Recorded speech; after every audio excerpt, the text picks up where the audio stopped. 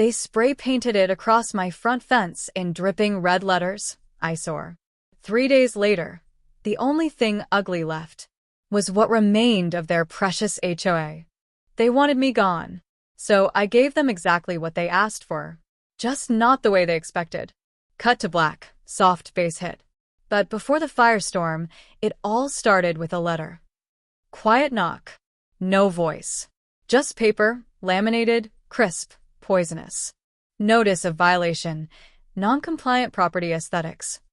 Translation: they didn't like my house color. Not bright. Not wild. Just olive green, same tone as the oak trees wrapping the street. But the HOA had a theme. Beige. Office beige. Cookie dough beige. Death of joy beige. I thought it was a clerical mix-up. So I called. Janice answered. HOA president, voice tight as dental floss. Your color isn't pre-approved. You'll need to repaint within 14 days or face daily fines. 14 days. To repaint a whole house. Because someone didn't like green. At first, I laughed. Then came another notice.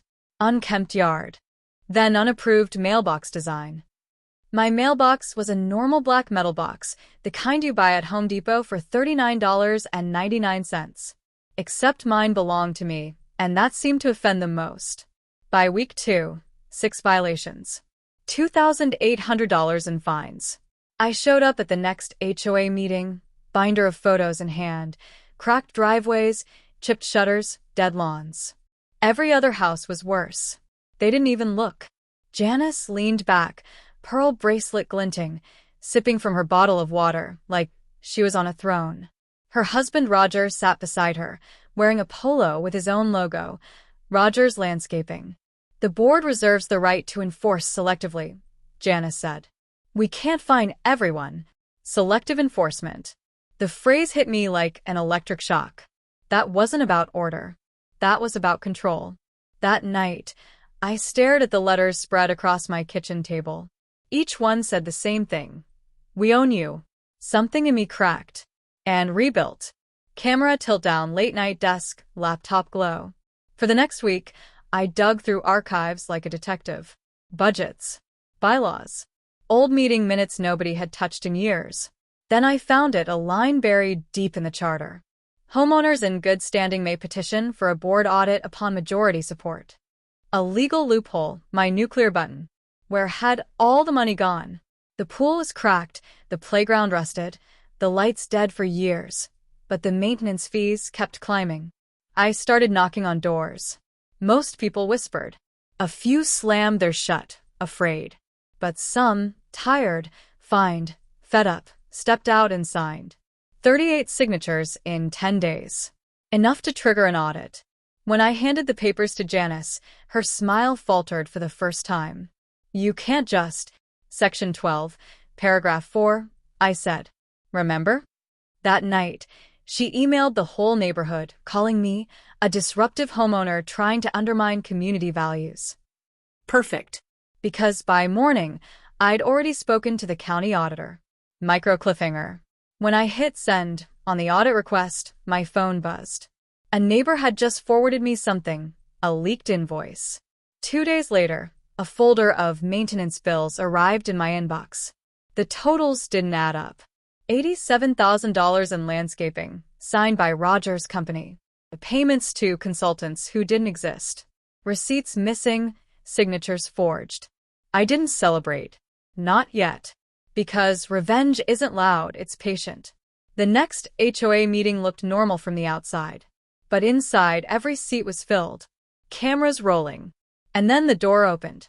The county auditor walked in, badge flashing, clipboard snapping open. Janice froze mid-sentence. Roger went pale.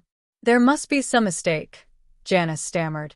Actually, the auditor said, the mistake was assuming nobody would check. Sound. Bass thud. Whispers rising. He opened the folder and started reading. Invoice by invoice, lie by lie. Double billed maintenance. Phantom vendors. Checks written to Rogers Landscaping. Each document slammed onto the table like a gavel. Neighbors leaned forward. Phones filming. Anger spreading like fire. You fined us for weeds while paying yourselves? We trusted you. Janice grabbed her gavel, hands trembling. This meeting is adjourned. No, someone shouted.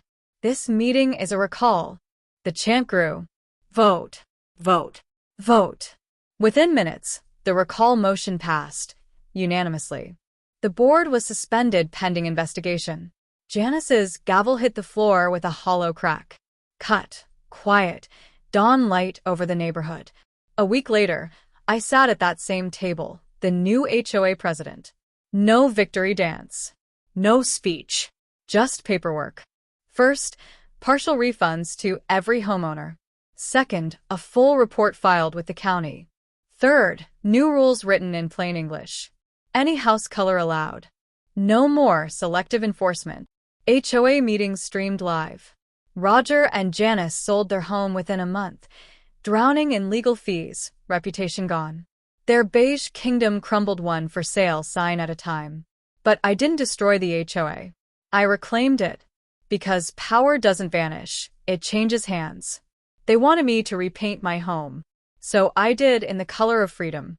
And every time they drive by, they see the shade of their own downfall.